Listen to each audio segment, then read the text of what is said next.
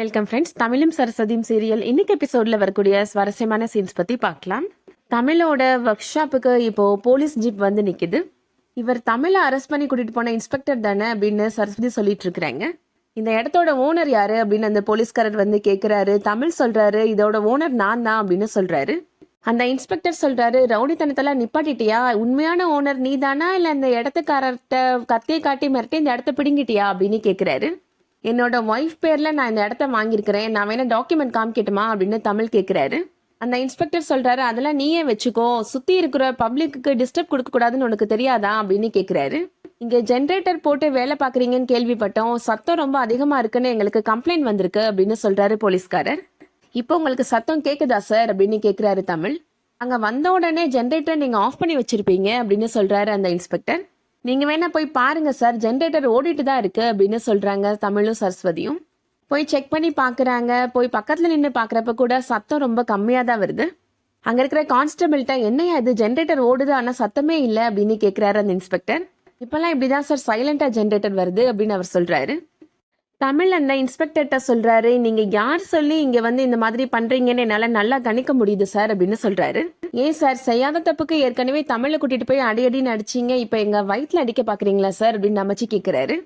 தமிழ் அந்த இன்ஸ்பெக்டர்கிட்ட சொல்றாரு, நீங்க ஏன் சார் மக்களுக்கு வேலை செய்யறதை விட்டுட்டு அதிகாரம் இருக்கிறவங்கள்ட்டையும் பணம் இருக்கிறவங்கள்ட்ட மட்டும் வேலை செய்றீங்க அப்படின்னு கேட்கிறாரு.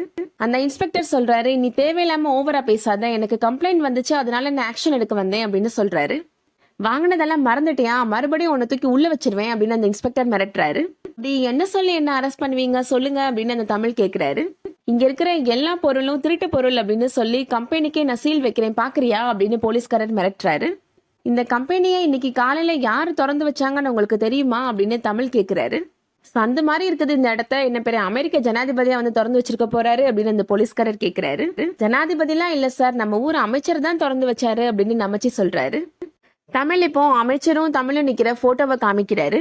அமைச்சர் எப்படி உங்களுக்கு தெரியும் அப்படின்னு அந்த இன்ஸ்பெக்டர் கேட்கிறாரு. ஃபேமிலி ஃப்ரெண்டு சார் அப்படின்னு நமச்சி சொல்றாரு. அமைச்சரோட பர்சனல் நம்பர் கூட என்கிட்ட இருக்கு, இந்த மாதிரி வந்து பிரச்சனை பண்றீங்கன்னு அவருக்கு நான் ஒரு ஃபோன் பண்ணி சொல்லட்டுமா அப்படின்னு தமிழ் கேட்கிறாரு. அந்த மாதிரிலாம் எதுவும் பண்ணிடாதீங்க சார் அப்படின்னு போலீஸ்காரர் சொல்றாரு. இப்பதான் டிரான்ஸ்பர் ஆகி வந்திருக்கிறேன், என்னோட வேலைக்கு ஒல வச்சிடாதீங்க அப்படின்னு சொல்றாரு அந்த போலீஸ்காரர். எங்க வேலையை நீங்க டிஸ்டர்ப் பண்ணாம இருந்தாலே அதுவே போதும் சார் அப்படின்னு சரஸ்வதி சொல்றாங்க. இனிமேல் நாங்க இந்த பக்கமே வரமாட்டோம் அப்படின்னு சொல்லிட்டு போலீஸ்காரர் இப்போ கிளம்பி போயிடுறாரு.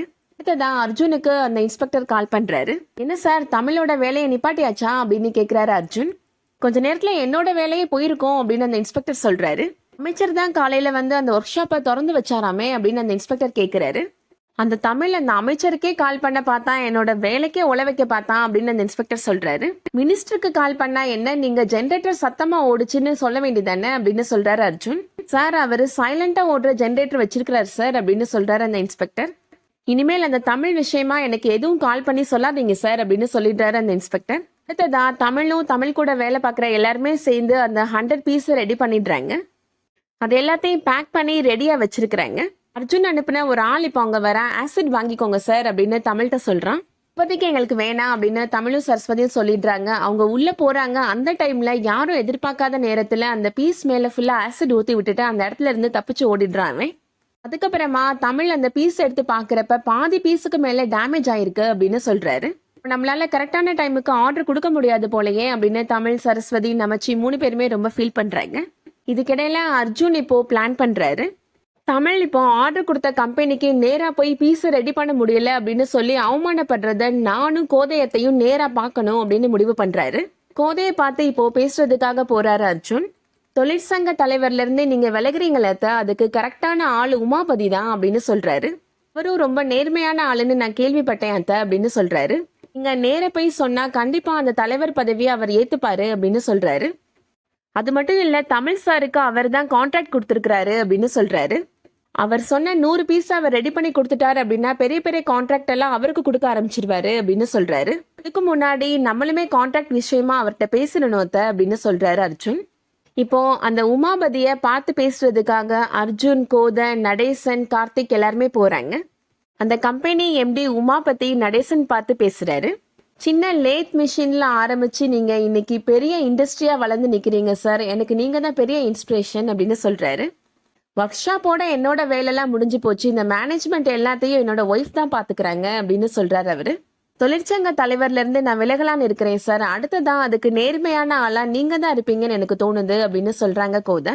நான் சொன்னா மத்த மெம்பர்ஸ்மே அக்செப்ட் பண்ணிப்பாங்க, நீங்க தான் அடுத்த தலைவர் ஆகணும் அப்படின்னு கோதை சொல்லிட்டு இருக்கிறாங்க. அந்த டைம்ல கரெக்டா அந்த கம்பெனி எம்டிட்ட வந்து அந்த மேனேஜர் சொல்றாரு, சரஸ்வதி இண்டஸ்ட்ரீஸ் இன்னைக்கு 100 பீஸ் ரெடி பண்ணி கொடுக்கறதா சொல்லியிருந்தாங்க சார், இன்னும் வரல சார் அப்படின்னு சொல்றாரு.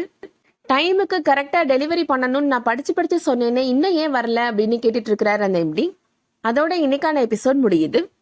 இந்த வீடியோ உங்களுக்கு பிடிச்சிருந்துச்சுன்னா லைக் பண்ணிக்கோங்க. ரெகுலரா சீரியல் அப்டேட்ஸ்க்கு நம்ம சேனலை சப்ஸ்கிரைப் பண்ணிக்கோங்க. தேங்க்ஸ் ஃபார் வாட்சிங்.